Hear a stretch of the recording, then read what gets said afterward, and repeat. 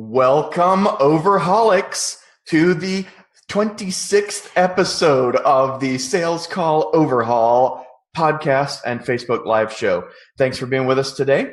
If you are listening to the replay, then type hashtag replay. No, I don't do it. I have no idea what those people are doing when they do that stuff. So thanks for joining us today. Our guest today is one of our own coaches, and we are so excited to have Marc Mawhinney of the Coaching Jungle today. Thanks for coming, Marc. Yeah, thanks for having me. I'm what did you call it? Overholic? An overholic. Is this OA instead of AA? Overholic. Right. Right, exactly. The 12 steps. Yeah, that's the whole thing.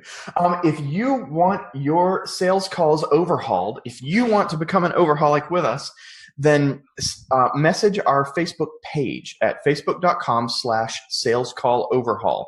And it will give you an option to submit a sales call to win the $1,100 Sales Call Overhaul package. This is where we take your recording and we show you exactly what you need to do to improve your close rate by 10% in 5 calls. So you will boost your close rates when you follow these instructions. We transcribe that phone call, we timestamp it, we give you detailed notes on everything that needs to change. We grade it in 9 different areas of focus. We give you your 3 keys for highest, fastest leverage for improvement. And we send it all back to you as a reference manual so that you can have feedback on your own sales process. So again, facebook.com/salescalloverhaul to submit your call to win. Next week's guest is John Buchan. I hope I'm pronouncing his name right, of Charm Offensive. And he is the most offensive charmer that we know of.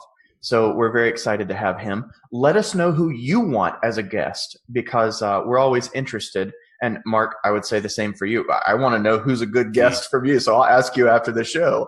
Sure. We will have your favorite people on the show as long as they're relevant to high ticket sales. So that's all the housekeeping stuff. Jason, take us away. So who's Marc? Well, he had a little career in real estate and then went out and was a lone wolf. Got really proud about going it alone, and then had some experience with coaching that helped turn his business around. And he thought, I was so happy about being by myself that I didn't realize the power of having coaching. So he dove in and became a coach himself and discovered, well, what new coaches discover when they try and start up a business. It's not easy. So his thing is he wants to help other coaches not have to go through all those growing pains like he did. So Marc, welcome. Yeah, thanks for having me, guys. So let's get right into high ticket selling here. When you see people putting together an ideal client profile or an avatar for their program, what's the biggest thing you see coaches missing? Well, it's never a good thing if they confuse Avatar with the blue aliens. That's an issue, James Cameron. Seems like an issue. Yeah. They're going about Avatar the wrong way there. Well, I mean, one of the issues, first of all, is they don't have an avatar. So, but I think there's a real problem with being afraid of eliminating anybody by having an avatar. So a good example, the example I always use with avatars when people ask what the heck it is, so they don't confuse it with the blue aliens, is I take, for example, The Simpsons. Homer Simpson. Anybody, even with a passing knowledge of The Simpsons, if they've seen a few episodes, knows roughly how old he is. They know that he's married. They know how many kids he has. They know what he does for work, where he spends his time off work, drinking Duff beer at Moe's Tavern, and all kind of beer he drinks. I know a lot about Homer Simpson, right? Yeah. And I always use the Homer example when I work with clients to craft an avatar. But what would happen if a coach I was working with had the Homer Simpson avatar, they'd say, well, gee, I don't want to limit myself just to middle-aged men like Homer, because what if there's a 29-year-old male that comes to me that I could work with, and they get all worked up about that. And I always stress that just because you have that avatar doesn't mean you're never going to work with anyone else that falls outside of it. But where I think the avatar is really important is especially with content creation. So if you have your avatar in mind when you're creating your content, it's almost like you're speaking to Homer in this example. Right. I don't think I'd want Homer as a coaching client, but anyways, but it does keep your content definitely very focused and consistent because you're always thinking of Homer. You're talking directly to Homer Simpson in this example. So that would be the thing that I see out there, is that people are afraid of cutting off anybody because they think they could only work with someone who fits Homer Simpson's description. Yeah. If you're writing content for your avatar, then someone who's a little bit outside of that avatar, if that content's going to resonate with them, if they should be with you anyway. So exactly. Go ahead and write for it. And Mark, you're one of the best people on content that I've seen. Thank you. Your emails are not just good, but they're incredibly consistent. You're on point with your messaging really consistently.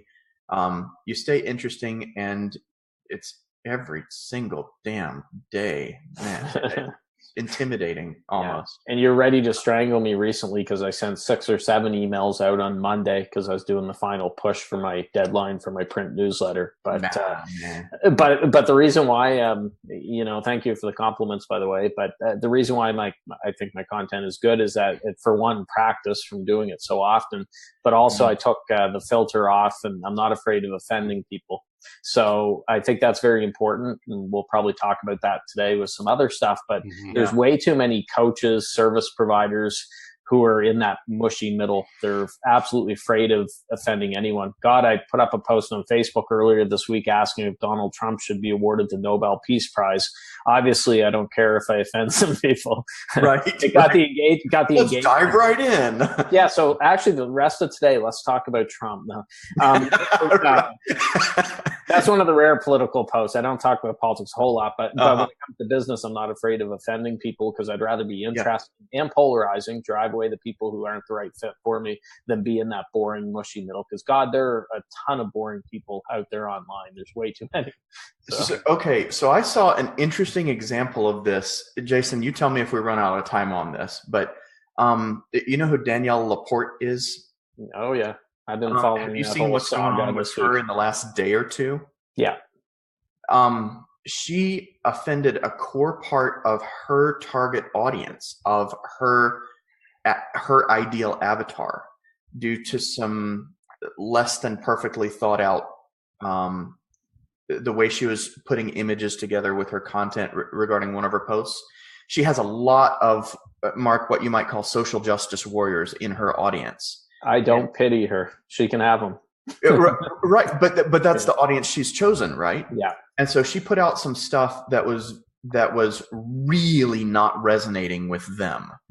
And she has not destroyed her audience exactly, but she has created a firestorm for herself due to being insensitive to her own audience. So that's not what we're talking about here. I mean, she's a relatively big coach, and she generally knows what she's doing, but this particular thing was not real well thought out unless she's trying to get rid of part of her audience. So when we're talking about knowing your avatar and not being afraid of offending people, it's because that content that you write for those people is not going to offend them. It's okay if it offends everyone else outside of your target audience. As long as it resonates with these folks, you are golden. Yeah. And so that's I just thought that was an interesting contrast. If you do it right, you're going to rile up people, but you're going to rile up just as many who defend you, right? It's going to actually make them a stronger relationship with those people who are on your right side. Unfortunately, with her, she's catering to the social justice warrior crowd, which, as said, I have no desire to service. She can have them. She's done really well with it. She's done really well with it so far. But you see, with her, you can't please these people, because with her apology, she's had the word attack in there, and then they parsed that apology and jumped on her all over that word. So we saw it with Tony Robbins. I won't get into the whole Me Too thing, but the number one rule Vox Day says with social justice warriors that you never apologize. Once you apologize, you're screwed. So that's from the book, Social Justice. SJWs always lie, but I won't get into that in case you have a lot of SJWs that listen in. Gotcha. Or in case I happen to be one, you never know. I don't know. Anyway, so that's the avatar stuff with knowing who you're talking to. Know them as well as you know Homer Simpson, and you will be fine. Check in with them from time to time to make sure that you're on point for what your audience wants, and you will be fine. And everybody else can go to hell. Right. Oh, exactly. It is not a popularity contest. Right. You can get a vocal minority to be behind you and do very, very well. That fits in with the 1,000 true fans kind of idea. And there's 7 billion plus people in the world, so you could offend an awful lot of them and still have a great market that you can appeal to, right? Yep. So let's dig into this a little more. What we're getting at here with the marketing of a high ticket program is the ability to stand out, which I think is a bit of a lost art these days. How do you recommend, Mark, that people who are marketing a high ticket product program go about attracting their ideal customer as opposed to what low ticket sellers and the crowd that we've talked about, that mushy middle, are doing? What else can they be doing other than writing polarizing statements? Yeah, well, I mean, we already touched on I say the two biggest things there to stand out is, one, polarizing, getting away from that mushy middle, but then 2, they have to be more consistent and put more of it out there. So this is something that it'll tie into what we were just talking about with feminists and social justice warriors, but it's not political. But you ever heard the term manspreading? I just heard of it recently. I'd never heard of it. Manspreading is when you get a guy on a bus or park bench that just lounges out and spreads his legs and takes up 3 or 4 spots. Oh, gotcha. Okay. Which is douchey regardless of who you are, right? So what I say is you have to manspread on the internet. Not don't go on a park bench or whatever and spread your legs and take up 4 seats, but you have to, with your content, make sure that you're getting it out there to a lot of people. So my goal is to be as visible as possible. I want people to not be able to turn around without bumping into Marc Mawhinney somewhere. And with the recent promotion that I had talked about earlier, Jeremy, when you're talking about my daily emails, and one of the people said, "I give up, Mark. I've been seeing you talk about this so much this week. I just give up. I had to subscribe." So, so my goal is I want figuratively beat them into submission with just. I want Jeremy, Jason. I want you guys to close your eyes at night and see me standing there by your bed, right? Not in a creepy way or whatever. But you do have to be in it. You have to be out there, and I think unfortunately a lot of people aren't doing enough. They're saying, "Well, gee, I'm posting on Facebook once a day, every single day." That's not enough. It's such a noisy online space marketplace out there that you have to really hammer it hard, and that's why I'm kind of the Grant Cardone school of thought with the whole 10x. If whatever you think you have to do, you're gonna have to probably 10x it to get seen and get visible and get sales. Yeah. Cool. What about funnels? Let's hop into funnels here. What's a key factor in funnels that you see that could be better executed a lot of the time? Well, a lot of people, when they hear the word funnels, they feel like vomiting. They throw up a little bit in their mouth and they don't want to hear about it, right? Because you hear so much about funnels. We know something about that target audience. Yes, that's right. Yeah. In my honest opinion, I think the issue people have with funnels are trying to be way too complicated and they need to simplify them. So they think if there's not a 74-step funnel with upsells, downsells, tripwires, and they think it has to look like, in Russell Crowe's movie, A Beautiful Mind, about that mathematician Nash or whatever with the chalkboard and all the equations and stuff. They think it has to look like that or it's no good. My funnel's super simple, and there's some people doing really well with simple funnels. I'm all about simplifying it. I don't want to have to keep a spreadsheet to track thousands of different potential routes and everything else. So to answer your question, that's the biggest issue. They're overcomplicating their funnels. Okay. That's cool. We talked with Chris Goudreau last week. Was it last week? I think it was. And he was saying that one of the big things that he's a funnel architect. That's the big thing that he does. And he was saying a lot of people are missing the oven where they let people simmer for as long as they need to until they're ready to come out. And Mark, your Facebook group and your email list is an excellent example of that kind of oven right there. So we know you believe in the same kind of thing. Right. Yeah. Well, my funnel's geared more towards warm or warmer traffic because I'm more of an organic guy. I'll be doing more paid ads this year as I'm working on some stuff, but it can be tricky with paid ads. You're dealing with could be really cold traffic who hasn't a clue who you are, and you're competing with a lot of other people to suddenly they see a Facebook ad and expect them to pay you $10,000 or $20,000. Can be difficult sometimes. Yeah. Okay. Well, let's get back to marketing platforms then. There's so many, right? There's Facebook, Twitter, LinkedIn, and others. What do you recommend as how many of these should high ticket sellers focus on, and any specific ones? Yeah, the only one you need at all is Pinterest. It's got some great cupcakes, jewelry, arts and crafts. No, I'm just kidding. I'm sure I know there's people making money in Pinterest. It's not my thing. Instagram. Really, I have three legs to my stool, I say, and three platforms, so to speak. There's podcasting, and that's on both sides of the mic. So I have 2 podcasts and an Alexa flash briefing. So really 3 shows, or going out on shows like this. So someone watching this thinks, hey, Mark's a good guy, I'll check him out. Unless they're a social justice warrior, they're like, he's a friggin' prick. But anyone else might check me out. Yeah. But there's podcasting. The second one is Facebook, and the Facebook group's a big part of that. So that would be the second. And the third is email marketing and daily emails. I highly recommend. Before I started doing daily emails in early 2016, I got very little from my email list. I was actually thinking of just quitting email because I was doing the usual once a week, every 2 weeks, and stuff like that. It wasn't consistent. Daily emails have just completely changed my results from email marketing. So podcasting, Facebook, and email marketing is my 3. But I'd say we're on the right track with those. Yeah. But my 3 may be different than your 3 or anyone else who's. What I say the big key is to choose. There's 2 criteria. You got to choose something that you enjoy, because if you don't enjoy it, you're not going to do it consistently. So if you hate video, it'd be kind of silly to say, oh, I'm going to do Facebook Lives. That's one of my ones. Don't do it. If you hate writing, don't do daily emails, for example. So you have to enjoy what you're doing, and it has to work too. If I really enjoy some new social media network platform that just started and there's 100 people in the world using it and it's not going to grow, that's probably not going to work. I could do it all day long. So obviously it has to work, but you have to enjoy it, and it has to actually get results. Yeah. Very cool.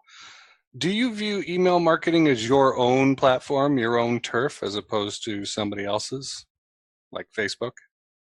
Well, the reason I like email is that it's I own that. I say I own that email list. I own you, Jeremy, if you're on my list. That answers the question. Owner. Yeah, that's what Jason was asking. Is that yours, or is that somebody else? I control that list compared to Facebook, for example. If Mark Zuckerberg wakes up tomorrow and he decides to shut down Facebook, I'm not saying it's going to happen, but God only knows with what's going on. Maybe the government decides to take it over or something, and government messes up everything. So Facebook goes away, the dodo bird. But I like email because I control it, and that's why I'm a very big fan of having an email list.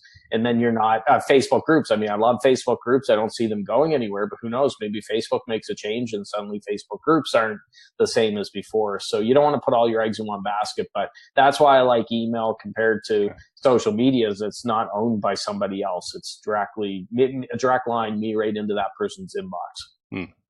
Is there anything specific people should be doing in their groups, group leaders, group owners, to get that call to action out to the email list? Do you mean for Facebook groups? Do you just keep saying join my list, or? Well, you could do certain things. So for example, I do a fair number of webinars to my group and joint webinars. So I'm doing a training with Manny Wolf next week for speakers, because that's what he does. Everyone on what? On speaking. Yeah.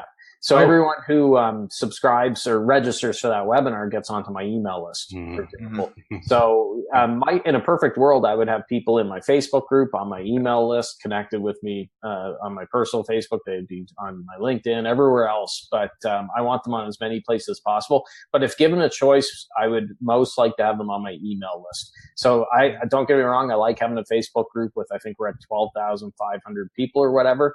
But I would rather have how fast that's grown in the last few months. It has, but all things considered, I'd rather have a 12,000 and some person email list than a 12,000 some member Facebook group if I had to choose between the two. Yeah, that makes sense. very, very important information. Well, with the Facebook group, you also have the reach stats for your group, and they're probably pretty good compared to a lot of the groups out there. Do you use any tools like Gridix or anything like that to track your group?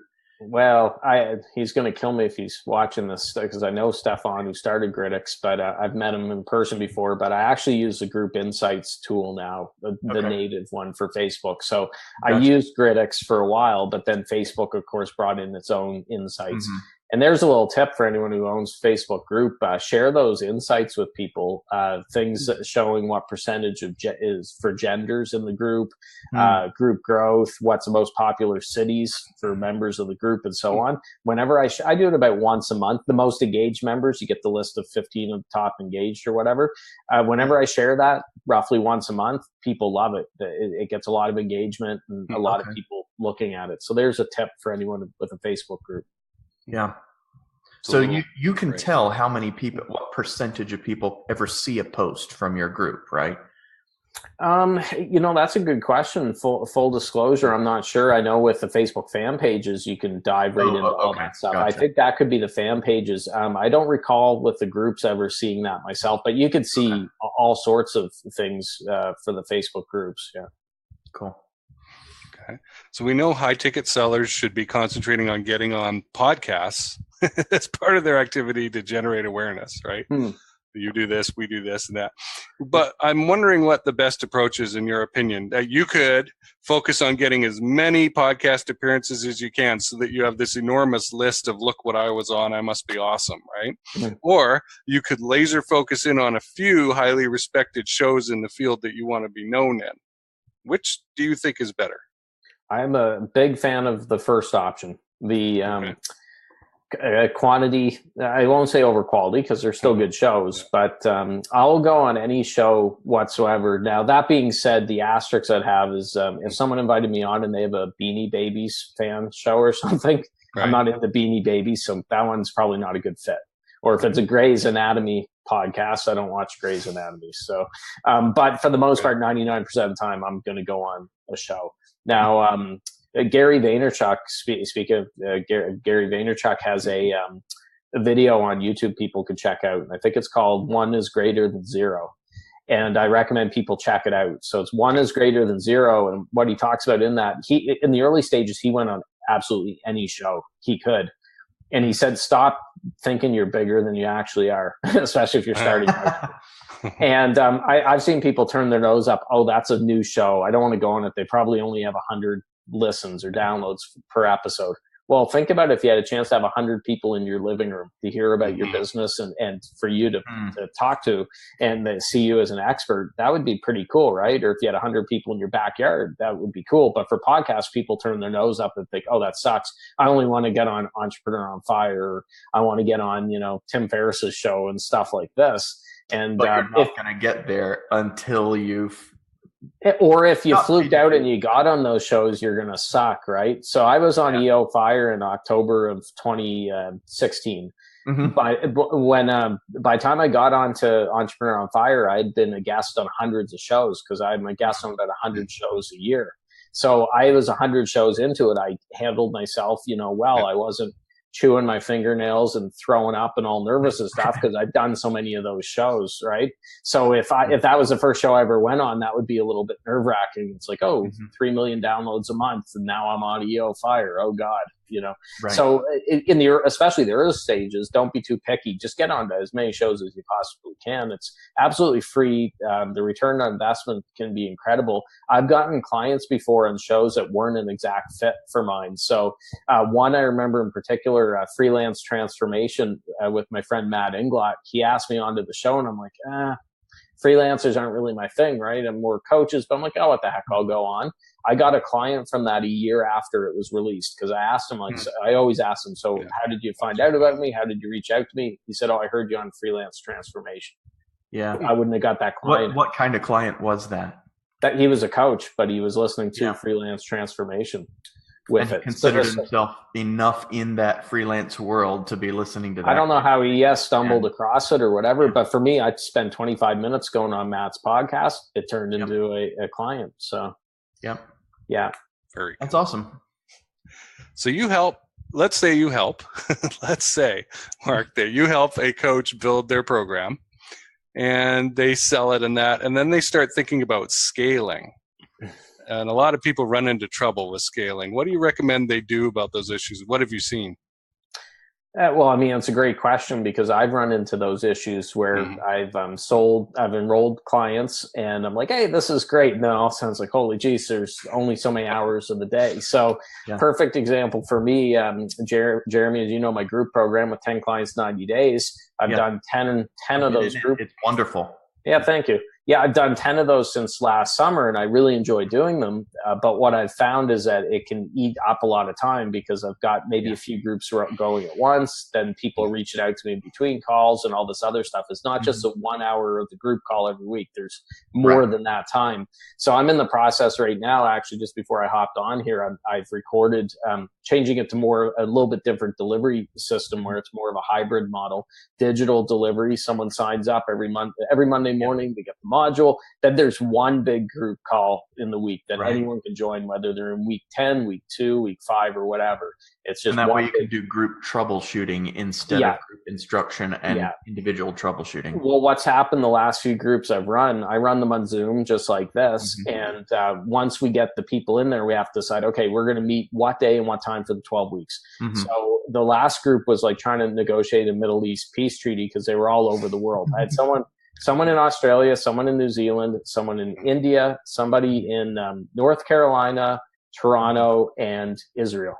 So, and then me. I'm like, oh my God, you wouldn't believe how difficult it was. We finally worked out a time, but the people in Australia had to get up at 2 or 3 in the morning to make it work. So with the new delivery system, it's going to save time for me, which will help, which helps with my scaling, but it's also going to be easier for people because they're not going to have to get up at 2 in the morning to make it work. So to answer your question, Jason, that you have to look at the delivery method, and it never hurts to do it directly like I did, Jeremy, with our group for 10 times. You work out the kinks, you see what fits, what doesn't, and all that other stuff. But after you do enough of them, I think that's the model that I would recommend transitioning to make it easier. And this is not a delivery system that by moving to a more automated method, you're not delivering less value with this. That's one of the things I want to point out to some of our newer listeners in this kind of business.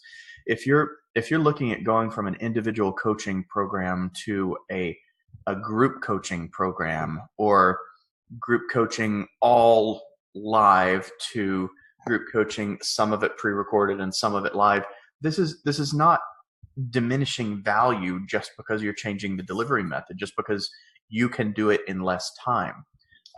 Think in terms of the ease that you provide for people, not how much time they're allowed to suck out of your life for the same amount of dollars. That's not what value is. It's not your time. Well, darn vampire clients. Yeah, the way that you have to look at it too is, are you providing as much value if you're burnt out, you're stressed out, you've worked a ton of hours and you're just fed up with it. So don't get me wrong, I love doing group formats like this and stuff. I really enjoy it. But if I'm at 80%, 60% energy, I'm like, that, it's not going to be good for people either. So it's difficult to make that mental shift.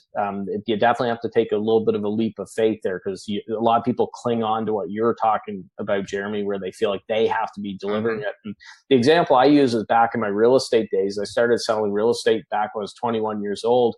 And by time, within a few years, I was just going gangbusters with top agent in the city. I had a ton of listings, ton of calls. I'd go to a movie, turn my phone off. I'd come out and I'd have 50 messages. It was nuts. I had to hire people on my team to show my listings and stuff like that. And my thought was, oh God, aren't people going to want to deal with me because it's my name on the sign or whatever? They just want the service. They want that house. So they want the house sold. I wasn't serving them better because I was stretched in so many different directions that it wasn't me at my top game.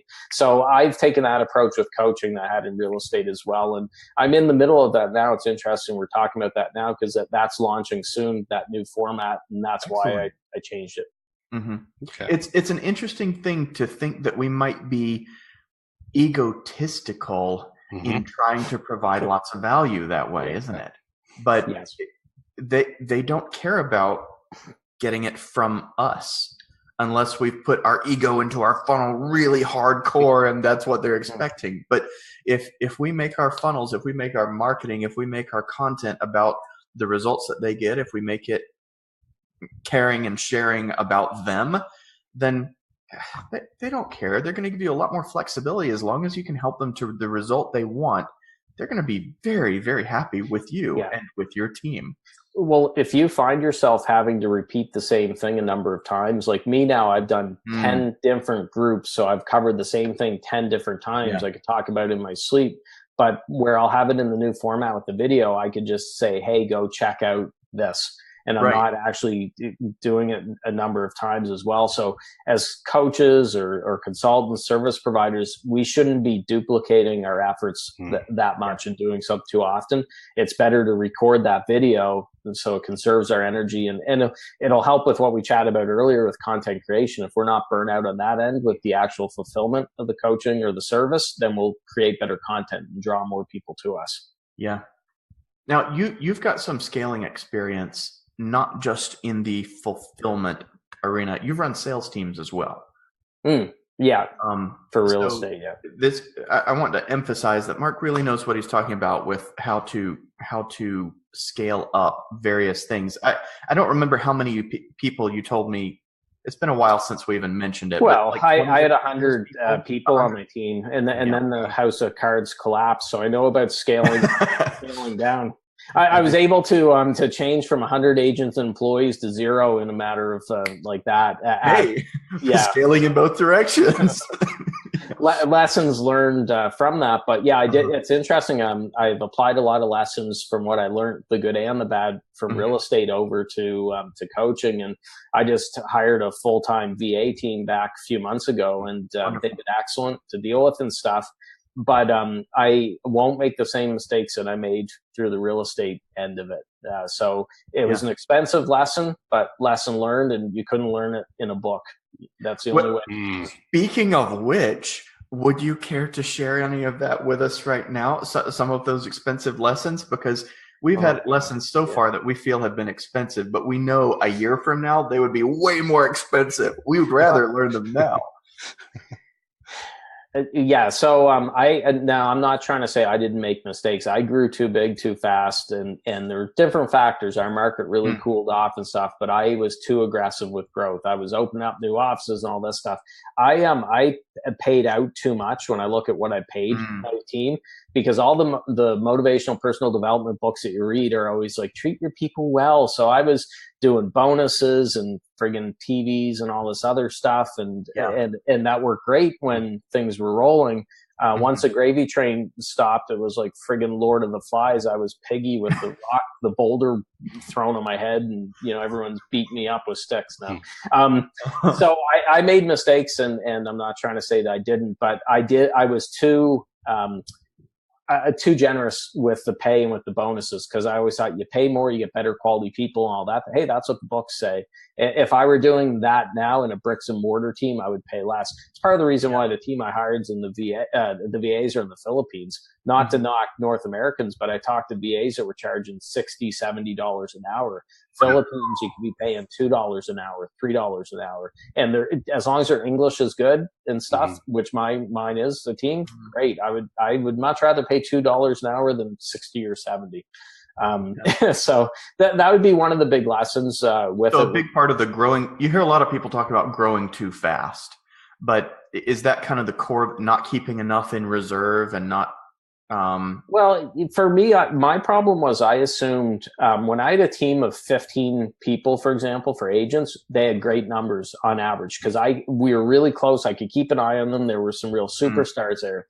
The mistake I made was assuming that when you grow from, let's say, 15 to 75, it doesn't mean that your sales are going to multiply by 5. The average sale per person is obviously going to drop, right? Because you got a lot of newer people coming on board and all that other stuff. My mistake was assuming, well, if with 10 people we're selling this much, if we have 100, we'll be doing 10 times as much, which obviously the math doesn't work in that case as well. The other issue with me is, which in real estate, I thought this was a good thing.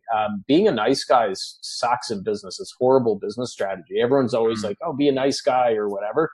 I don't want to be a nice guy. If someone says, "Oh, you're a nice guy, Mark," I view that now as an insult. I'm like, "You bastard! Don't call me a nice guy." So for the real estate, yeah, I had someone once mention to me, roughly 2006, 2007. I'd been in real estate for 7 years by then, and this agent said to me, "Mark, I've never heard anyone say a bad thing about you," which, that was really. At first I thought it was a compliment. Now looking back, say that's not a compliment. But he was saying, "Well, you've done so many deals. I've never heard anybody bitch about you." Now I'm sure there were people behind closed doors or whatever, but for the most part, really good reputation stuff because I was always playing that peacemaker, as pulling deals together and being the nice guy and stuff like that. Well, that's probably saying that, hey, if nobody's if everyone quote likes you and there's nobody talking bad about you, you're playing too safe or you're being too soft. And that's what I think I was trying to be too nice to everybody when I should have been looking out for number one. Because when the business collapsed, I had like no money. Everything had gone into the business with it. And I had people, I remember one rumor around town that I ran down to an island in the Caribbean with everybody's commission money. And looking back, I'm like, God, I should have done that. That would have been much better than what happened. I'm going to hop in my DeLorean now, go back to 2009 and do that. But that would be the lesson. Don't be nice. It's business. I mean, you don't want to be a prick either, but at the end of the day, it's better, I think, to be in a way feared and respected than being a nice guy because you're going to be a doormat. So some of that goes back to the be willing to polarize. Your two big things in marketing: be willing to polarize and be consistent. And most people aren't. There's a great book, No More Mr. Nice Guy, Robert Glover. Excellent book. It should be required reading because a lot of people are nice guys and nice girls, and they shouldn't. Okay. I remember one of your favorite books is Thick Face, Black Heart. Yeah. I just bought that. Oh, really? Like a week ago. It's coming. Yeah. Nice. Yeah. Okay. Interesting. And I didn't want to mention it because it's I should have worked out spirited. I should have worked out a deal with Chin-Ning Chu's estate because I've recommended that book so many times. I would hundreds of those, don't you? I would be at an island in the Caribbean sipping grilled, relaxing with all my affiliate commissions if I'd done it. But it's an incredible book. I can't speak highly enough about it. Looking forward to it. Yeah, I saw it recommended somewhere, and I did some research on YouTube, watched a couple videos summarizing it. Like, okay, I got to get this. Very cool. It's a very realistic book, right? Yeah. And that's where I fall into the school of thought. There's a lot of people who are, you see this in the coaching world too, where they're talking about manifesting and everything's sunshine, lollipops, and rainbows and positive vibrations and, all this other stuff. And no, the real world isn't a nice, happy place like that. People are, for the most part, self-centered and they're out for their own good and stuff. And if you don't recognize that, you can't defend yourself against it. So a lot of people say, "Oh, I wouldn't want to read a book like that because it's too dark and too cynical. I don't want to be like that." Well, no, I think that you have to protect yourself. I wish I'd read that book back in 2009. I didn't find out about it until 2014, unfortunately. But I read it usually a couple times a year just to remind me, in case I'm starting to veer over into being a nice guy again. I'm like, "Oh, I gotta go back to the dark side." Gotcha. And I'm sure as you were going bankrupt in the last business, in the real estate business, nobody was coming to you with handouts or anything, Oh man. No. What can I get? Right. No. Interestingly, I had somebody who had run me down at that time reach out to me wondering if I was hiring last year. And I thought, oh, how the time changes, because Mark was a piece of crap when everything happened, and now he's back rolling, and I can get something from him. So they come crawling back. But when you go through something like that with the business closure, you realize who's your true friends and who was just in it for the money or to get something. So I have some great friends. Our relationships have been strengthened because they stuck by me when I was getting attacked by the media and attacked by, ex-employees and everything else. They stuck by me. So I know, hey, they're true friends. They're not just there on the gravy train to get something. Yeah. Wow. Well, I'm very grateful for my true friends that I've got in this business. Our producer here and my co-founder Jason are two of those for sure. Yeah, I know if I'm messed up, Jeremy would get in a car and drive down here and Yeah, that's what you want. You want a friend if you wake up in bed at 3 a.m. with a dead hooker, you want to be able to call Jeremy or Jason. Dead hooker friends. All yeah, right. we got a bit of an issue here. Yeah.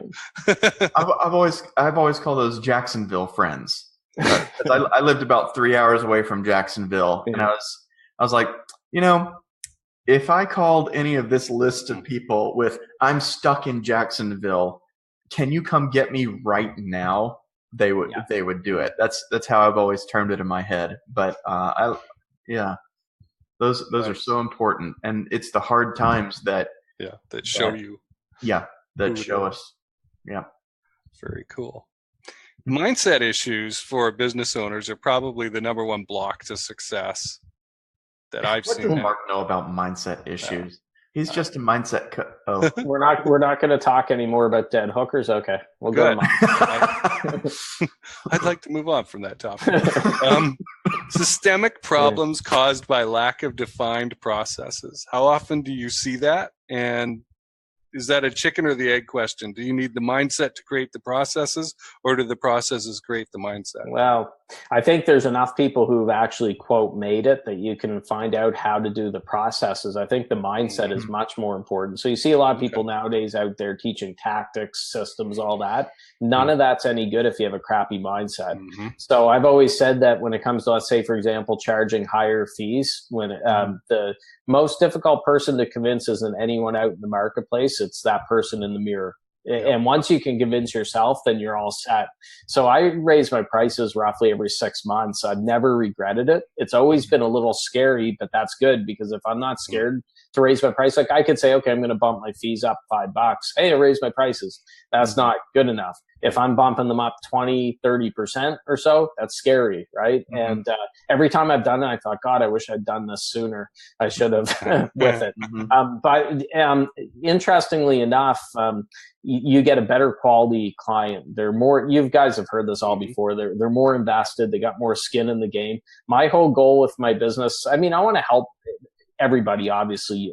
You want to help people, but you can't. So I try to chase away the freeple and the cheaple. I say there's a ton of them in the coaching world that just don't want to spend anything. They want to go that route, right? And I say I'm a lot like Clint Eastwood in the movie Gran Torino, where he's got the shotgun in the front yard and he's chasing away the hooligans. That's what I'm trying to do. I'm chasing away those freeple and cheaple. I don't want them. Someone else can deal with them. My lowest offering anyone can, I say, get at me, is the print newsletter, $97 a month. Right. I have an email perk there where they can pick my brain by email if they're a subscriber, but that's $97 a month or $497 a year. With it, nobody can get into my world for $7 a month. You see all these coaches say, hey, I'm going to do a membership site for $10 a month that's going to fill up and all this stuff. You wouldn't want to fill it up, because with $10 a month, you'd be like a French fry on the beach with seagulls swooping down. Everybody wanting help for nothing. Yeah. Oh my God. I had a client once early on who I call him my What About Bob client. This is when I wasn't charging much. And have you guys seen What About Bob with Bill Murray, Richard Dreyfuss? Yeah, insane levels of neediness. Oh my God. And this guy was like, Bob, if I wouldn't answer a message, you'd send me an email or Facebook message, and 5 minutes later, you'd be all freaking out. I got back to him once, I think 2 hours later, and he made a sarcastic little dig like, oh, look who showed up. Nice of you to message me back. Thinking 2 hours isn't bad, buddy. So I don't want Bob's with that. He can work with someone else. That's in those cases, what you do, you pick the person that you can't stand in your industry and you give them a referral. Hey, I got some here, go talk to so-and-so. They would be excellent. Right. That used to happen in my real estate days. I once had a call from a woman and she said, hey, Mark, I got your number from, and she said this other agent who I was frequently in competition with for listings, said, I got your number from so-and-so. She recommended I call you. Right away, my spidey senses were tingling. I'm like, okay, something's up here. That's what happened in What About Bob? Richard Dreyfuss got the referral from the other shrink who Bob drove out of the business. And he's referred Bob over. You can see him calling, hey, I got a client for you, and he's packing his boxes and clearing out his desk. Right. Wow. Fulfillment. This is my last question here. Fulfillment, we've talked about it from a couple different angles. One, that you're going to start off as a coach and think you've probably got fulfillment handled, right? oh, this is my service, and I'm not going to do much with it. Now I've got to worry about all those other things, sales, marketing, and all that, right? But then after a while, we've discovered if you want to scale, you've got to look at fulfillment again. Mm-hmm. And you've talked about, say, using videos, for example, to regain some time and energy for yourself, right? And recording that so that you can dole that out like a kind of a playing card. Okay, watch this, actually, instead of me having to deliver that right now. Is there anything else that coaches can do to regain time and energy while still creating a great experience for the buyer? Yeah, I mean, you got to get people on your team. You can't do it all, regardless of how motivated you are. So the problem with entrepreneurs is we want to grab onto everything because we think we're the best person to do it. We're afraid to let go of that. And you don't have to let go of everything right away because it can be. I'm glad I've never felt that way. Well, yeah, that's right. It's a little bit like a child letting go of his blankie. You know, there's that security thing. Yep. That's how I feel. His fingers open. So good example with Cody and his team from the Philippines. When I first brought them on, they were handling just the Facebook group. They were checking in every hour, 24/7. And doing all the admin stuff with the Facebook group of things. Then I added, when I saw he wasn't a crazy lunatic and I could trust him, then I added things like they're getting me onto podcasts. So they're booking, handling, getting me booked, and added other services on there. So I would say you don't have to start hiring a full-time VA team. Just take those few tasks that you absolutely hate or eating up a lot of your time, get someone to do that. And I'd say to anyone listening, if you want Cody's information, I always referring and recommending him to people because he has been excellent with it. So he is fantastic. You guys know, I think, know him anyways. So, but if anyone needs that info, let me know. I'd be happy. I give my stamp of approval. Now you watch Cody, you'll end up killing a hooker tomorrow or something, and then everyone looks down on me for that. But he's been excellent. He's been A1. So give him a few tasks that you don't enjoy. And test them out that way, then add more, whoever you hire. Yeah. That's we have outsourced our lead generation because that's been something that I've never been good at for myself. I like closing and our people like closing.